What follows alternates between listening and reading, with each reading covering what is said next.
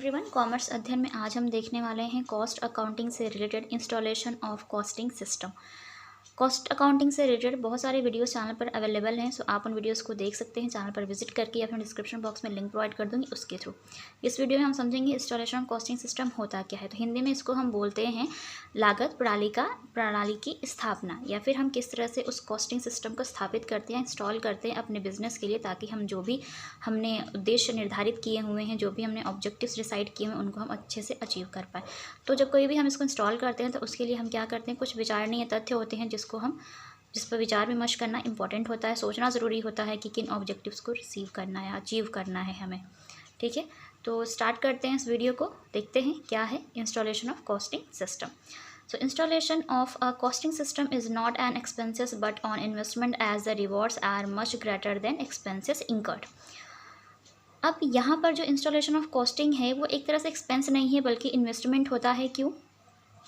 क्योंकि वो आपको लॉन्ग टर्म तक आपको बेनिफिट प्रोवाइड करता है, आपको पुरस्कार की तरह वो काम करता है, रिवॉर्ड की तरह काम करता है। ये कहीं एक्सपेंसेस से कहीं ज़्यादा क्या होता है, इम्पॉर्टेंट होता है, और बहुत ज़्यादा एज अ रिवॉर्ड की तरह आपको काम करता है आपके लिए। जैसा कि सपोज़ आपने कोई आप अगर किसी चीज़ की प्रिपरेशन कर रहे हैं तो आपने किसी एजुकेशनल ऐप को इंस्टॉल किया अपनी मोबाइल में, तो हो सकता है जब आप इंस्टॉल कर रहे हैं तो उस टाइम पे आपको कुछ, वो पेड अप ऐप है तो उसके लिए आपने कुछ पैसे पे किए हों, तो ऐसे में वो जो ऐप है उस पर आपने एक्सपेंस तो किया, आपने खर्चा तो किया, क्योंकि उसमें अगर आपने पैसे दे करके उस ऐप को आपने इंस्टॉल किया अपनी पढ़ाई के लिए, तो वो लॉन्ग टर्म में जब आप किसी भी एग्ज़ाम को क्वालिफाई करेंगे तो वो आपको वहाँ पर फ़ायदा दे रहा है। खर्चा एक तरह से हो, लेकिन वो एज अ इन्वेस्टमेंट थी जो आपने अपने एजुकेशन के लिए इन्वेस्ट किया था, तो फ्यूचर में आपको एक अच्छा रिजल्ट देता है। वैसे इंस्टॉलेशन ऑफ कॉस्टिंग सिस्टम होता है। तो इसमें हम बहुत सारे पॉइंट्स को आज डिस्कस करते हैं। तो चलिए देखते हैं। फर्स्ट पॉइंट है यहाँ पर general consideration for installing costing system. सामान्य तौर पर जिन बातों को हमें ध्यान में रखना चाहिए वो है objective of installation the system. अब ये जो कॉस्टिंग सिस्टम आपने इंस्टॉल किया है उसके क्या ऑब्जेक्टिव्स होने चाहिए। ठीक है, मीन्स क्या आपका मोटो है उसको मतलब इंस्टॉल करने का। क्या सिर्फ आप जो भी आपका मटेरियल है बिजनेस का सिर्फ उसको मैनेज करना है, या फिर जो भी उसकी सेलिंग प्राइस है उसको फिक्स करना है। सो ये सारी चीज़ें कुछ मैटर करती हैं। ठीक है, किस लिए आपने इसको इंस्टॉल किया हुआ। एरियाज ऑफ ऑपरेशन की बात करते हैं यहाँ पर, तो आपको ये डिसाइड करना होता है कि हमने किस एरिया के लिए उसको यूज़ करना है, किन ऑपरेशंस में उसको हमने यूज़ करना है। जैसे कि अगर प्रोडक्शन का काम हो रहा है तो प्रोडक्शन काम किस तरह से हो रहा है, प्रोडक्शन अगर कम हो रहा है तो उसे किस तरह से ज़्यादा किया जाए, और अगर प्रोडक्शन ज़्यादा हो रहा है, सेल कम हो रही है, तो उस सेल को हम कैसे ज़्यादा कर सकते हैं। तो ये सारी चीज़ें डिसाइड करनी होती है। ऑर्गेनाइजेशन ऑफ द बिज़नेस की बात करें तो बहुत ज़्यादा इंपॉर्टेंट होता है कि किस तरह की ऑर्गेनाइजेशन में किस तरह की कॉस्टिंग सिस्टम की आवश्यकता है। तो ये डिसाइड करना भी इंपॉर्टेंट होगा, क्योंकि तभी आप क्या कर पाएंगे, सक्सीड कर पाएंगे। इस जो भी आपने इंस्टॉलिंग कॉस्टिंग सिस्टम है ये सक्सेस हो पाएगा। Conception and reception of the idea की बात करें तो जो भी आइडियाज़ होते हैं, जो भी आपके एम्प्लॉयज़ है, जो स्टाफ है या स्टाफ ग्रुप है, जो आपने कॉन्सेप्ट कॉस्टिंग सिस्टम के लिए अपनाया है वो ऐसा होना चाहिए कि वो लोगों द्वारा स्वागत किया जाए। जो आपका स्टाफ मेंबर है वो अच्छे से उसका स्वागत करे, उसके कॉन्सेप्ट का स्वागत करे, मीन्स उसको एक्सेप्ट करे। Collection of data and prompt information की बात करते हैं यहाँ पर। सो जो भी कलेक्शन ऑफ डेटा होता है आपका, सो वो जो डेटा हो वो करेक्ट होना चाहिए, मीन्स बहुत ज़्यादा मतलब सिस्टम टू वेरीफाई होना चाहिए। सिस्टम के थ्रू जो डेटा होगा वो वेरीफाई हो, करेक्ट हो, ताकि आपको फ्यूचर में जो भी आपकी बिज़नेस की जो पोजीशन है ना वो आपको एक्यूरेट पता हो कि कैसी पोजीशन है, अच्छी है या बुरी है। तो वो किसके थ्रू होगा, जो भी आपने डेटा कलेक्ट करके रखा हुआ, जो भी इन्फॉर्मेशन कलेक्ट करके रखी हुई हैं, और करेक्ट इन्फॉर्मेशन जो होंगी वही आपको correct result and actual result आपका बताएंगी कि एक्चुअल प्रॉफिट कितना है, एक्चुअल लॉस क्या है, क्या एसेट्स है, क्या लायबिलिटीज है। नेक्स्ट पॉइंट की बात करते हैं यहाँ पर cost records and cost books. अब यहाँ पर जो भी cost records and cost books होती हैं वो किस तरह से हमें रखनी है, क्या जो भी आपका जो बुक है उसकी क्या अपनी साइज़ होनी है, किस तरह का बिज़नेस का नेचर कैसा है, वहाँ पर क्या हम जो भी अगर कॉस्ट अकाउंटिंग बना रहे हैं या फाइनेंशियल अकाउंटिंग प्रिपेयर करके हम साथ में बना सकते हैं या नहीं बना सकते, ये भी ये डिसाइड करने में थोड़ी सी हेल्प करता है। सो रिकॉर्ड्स को मेंटेन करने के लिए ये डिपेंड करता है कि जो साइज़ है बिज़नेस का या नेचर क्या है बिज़नेस का, इन बातों का ध्यान रखा जाता है, ताकि आप जो भी आपने ऑब्जेक्टिव्स डिसाइड किए वो इस सिस्टम के थ्रू क्या कर पाएँ, उसको अचीव कर पाएँ। नेक्स्ट पॉइंट की बात करते हैं यहाँ पर control system for the elements of cost. अब यहाँ पर कंट्रोल सिस्टम की बात करें तो जो भी आपकी लेबर कॉस्ट है या मटेरियल कॉस्ट है, जो ओवरहेड्स हैं, जो भी एक्सपेंसेस हैं, उसको आप आसानी से क्या कर पाएँ, कंट्रोल कर पाएँ। तो ये भी जो भी आपका इंस्टॉलेशन ऑफ कॉस्टिंग सिस्टम है, इसके थ्रू किया जाता है और इन बातों को ध्यान में रखा जाता है कि हम कंट्रोल कर पाएंगे फ्यूचर में या नहीं कर पाएंगे। Types and method of costing की बात करें तो बहुत सारे कॉस्टिंग के अपने अलग अलग मेथड होते हैं। ऑपरेटिंग कॉस्टिंग है, जॉब कॉस्टिंग है, तो इन बातों का ध्यान रखा जाता है। प्रोसेस कॉस्टिंग है, किसे फॉलो करना है, कहाँ पर, ठीक है। ये जब आप कॉस्ट अकाउंटिंग पढ़ते हैं तो उसमें ये सारे टॉपिक्स आ जाते हैं, जिसमें आप फाइंड आउट करना सीखते हैं कि ऑपरेटिंग कॉस्टिंग का जो मेथड है उसे कैसे हम अप्लाई करते हैं। प्रोसेस कॉस्टिंग क्या होती है, किस तरह से की जाती है। रिस्पॉन्सिबिलिटी अकाउंटिंग की बात करते हैं तो जो भी आपका जो कॉस्ट अकाउंटिंग सिस्टम है, जो अकाउंटिंग का काम है, जो भी स्टाफ इसके लिए रिस्पॉन्सिबल है, वो क्या करते हैं, इसमें अच्छे से इस सिस्टम के लिए रिस्पॉन्सिबल होते हैं और उस अपने गोल को अचीव करने के लिए काम करते हैं। नेक्स्ट पॉइंट की बात करते हैं, specific consideration for installing costing system. ये स्पेशल है मीन्स, तो ये पॉइंट देख लेते हैं क्या है विशेष कंसिडरेशंस में, स्पेशल कंसिडरेशन में।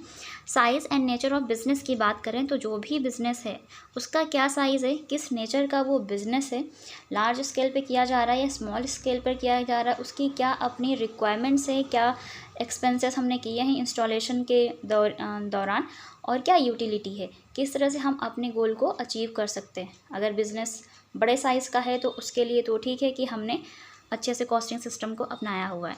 नेक्स्ट बात करते हैं प्रोडक्ट्स की। सो किन प्रोडक्ट के साथ आप डील कर रहे हैं, क्या जो प्रोडक्ट का जो नेचर है वो कैसा, ये भी पहले से डिटरमाइन करना होता है, ठीक है। ऑर्गेनाइजेशन की बात करें तो जो भी ऑर्गेनाइजेशन है वो किस तरह से है, किस तरह से हमने सेटअप किया है ऑर्गेनाइजेशन को, और कॉस्टिंग सिस्टम जो है उसका क्या अपना मॉडल है, किस तरह से वो वहाँ पर काम करेगा, क्या वहाँ के कॉस्ट अकाउंटेंट जो हैं वो इस चीज़ को एक्सेप्ट करेंगे या नहीं करेंगे, और करेंगे तो किस तरह से होगा। तो ये सारी चीज़ें होती हैं और बातों को ध्यान में रखा जाता है, क्योंकि ये ऐसा होना चाहिए कि हर कोई इसे एक्सेप्ट करे, इस सिस्टम को एक्सेप्ट करे, ठीक है। फंक्शनल स्टडी की बात करते हैं तो यहाँ पर फंक्शनल स्टडी में बात करें तो कुछ सारी चीज़ें होती हैं जो डिवाइस हो जाती हैं जब कभी भी आप जो भी आपकी कॉस्टिंग सिस्टम है उसके दौरान, कि फंक्शनल स्टडीज़ क्या होनी चाहिए। जैसे कि एडमिनिस्ट्रेशन एक्सपेंसेस होता है, सेलिंग एंड डिस्ट्रीब्यूशन है, एंड मैन्युफैक्चरिंग है। सो इन सभी मैन्युफैक्चरिंग जो भी आपका एडमिनिस्ट्रेशन है या सेलिंग है, वो उन सभी डिपार्टमेंट में किस तरह से ये काम करेगा, उन सभी डिपार्टमेंट किस तरह से ये कोऑर्डिनेशन बना करके रखेगा, ये सारी चीज़ें भी डिसाइड की जाती हैं। नेक्स्ट अब हम बात करते हैं, नेक्स्ट पॉइंट्स की बात करते हैं। यहाँ पर तो है प्रिंसिपल्स फॉर स्मूथ वर्किंग। क्या प्रिंसिपल्स होने चाहिए इसके, क्या सिद्धांत होने चाहिए ताकि जो भी वर्किंग है ना वो स्मूथली होती रहे। तो यहाँ पर जो फर्स्ट पॉइंट है वो है the system should be simple and easy to operate. तो वो ये सिस्टम ऐसा होना चाहिए जैसे हम क्या कर पाएँ, आसानी से और सरल तरीके से उसको ऑपरेट कर पाएँ, उसको चला पाएँ, ठीक है। तो ऐसा होना चाहिए। The system should be flexible.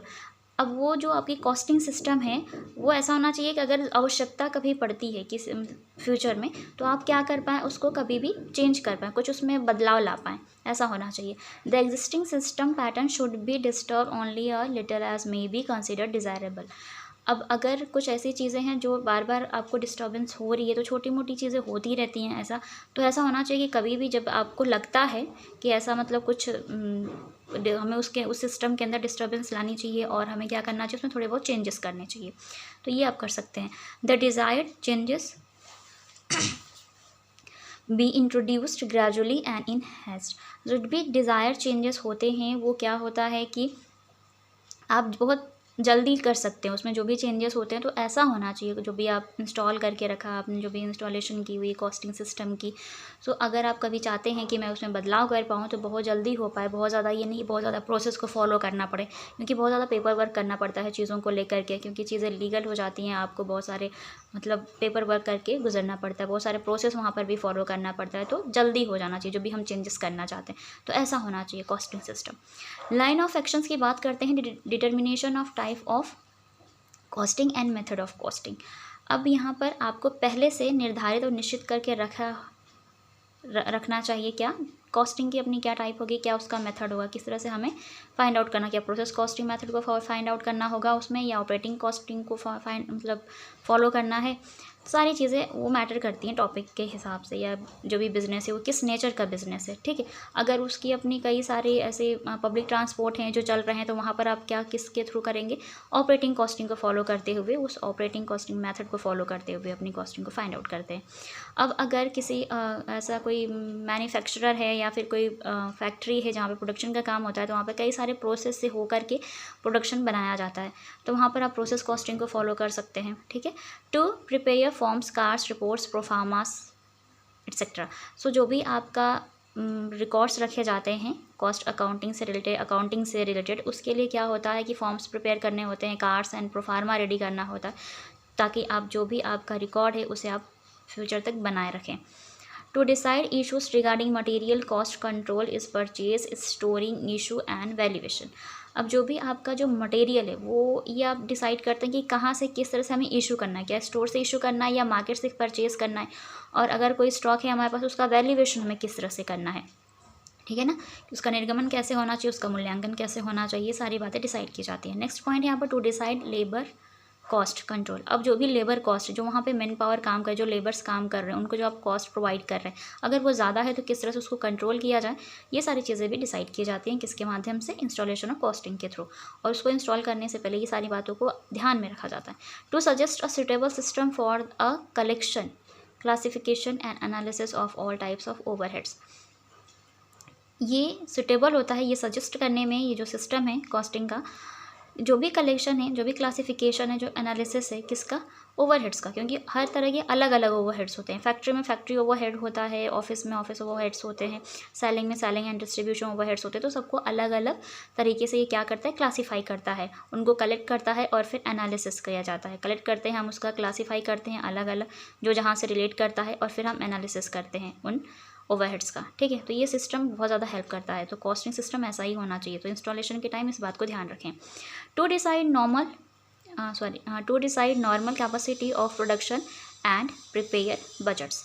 अब यहाँ पर जो भी आपने जो प्रोडक्शन का काम है, उसके लिए आप पहले से क्या करते हैं कि बजट बना कर रखते हैं, और ये भी बना कर रखते हैं कि नॉर्मल कैपेसिटी कितनी होनी चाहिए, कि हमें कितने की आवश्यकता पड़ने वाली है फ्यूचर में, कितने बजट की आवश्यकता पड़ेगी किसी भी प्रोडक्शन को अगर हम करते हैं तो नॉर्मल लेवल पे, ठीक है। तो ये सारी चीज़ें भी पहले से डिसाइड होनी चाहिए।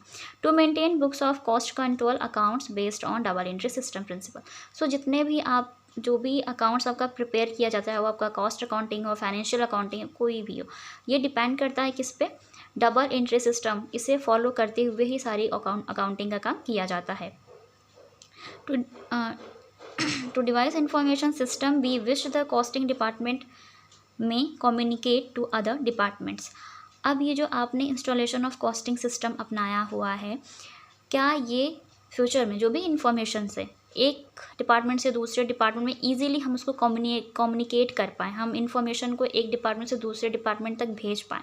सो ये सारी चीज़ें भी क्या होनी चाहिए, बहुत ईजी होनी चाहिए, जो भी हम कॉस्टिंग सिस्टम को फॉलो कर रहे हैं। सो ड्यूरिंग इंस्टॉलेशन जो भी कॉस्टिंग सिस्टम आप फॉलो करें, उस टाइम पे ये सारी चीज़ें क्या करें, ध्यान में रखें। आई होप आपको ये सारे पॉइंट समझ में आ गया होगा, मुझे पूरा यकीन है आ गया होगा। और अगर किसी अदर टॉपिक पे आप चाहते हैं कि मैं वीडियो लेकर आऊँ, तो मुझे कमेंट सेक्शन में कमेंट करके ज़रूर बताएं। ये वीडियो अगर अच्छा लगा तो लाइक करें, फ्रेंड्स के साथ शेयर करें। चैनल पर नए विजिटर हो तो प्लीज़ चैनल को सब्सक्राइब जरूर कर लें एंड बेल आइकन को प्रेस कर लें, ताकि आपको आने वाली वीडियोज़ की नोटिफिकेशंस मिलते रहें। Thank you so much for watching this video.